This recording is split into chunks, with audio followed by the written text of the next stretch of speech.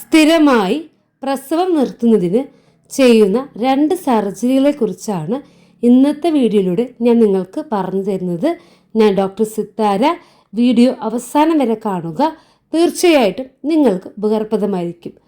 സ്ത്രീകളിൽ ചെയ്യുന്ന സർജറിയാണ് ട്യൂബെക്ടമി. സ്ത്രീകളിലെ സ്ഥിരമായ ഗർഭനിരോധന മാർഗവും ബന്ധീകരണ രീതിയുമാണ് ട്യൂബെക്ടമി.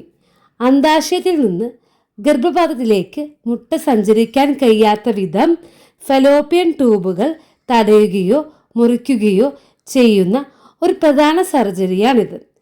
ഇനി പുരുഷന്മാരിൽ ചെയ്യുന്ന സർജറിയാണ് വാസക്ടമി. ഇതൊരു മൈനർ സർജറിയാണ്.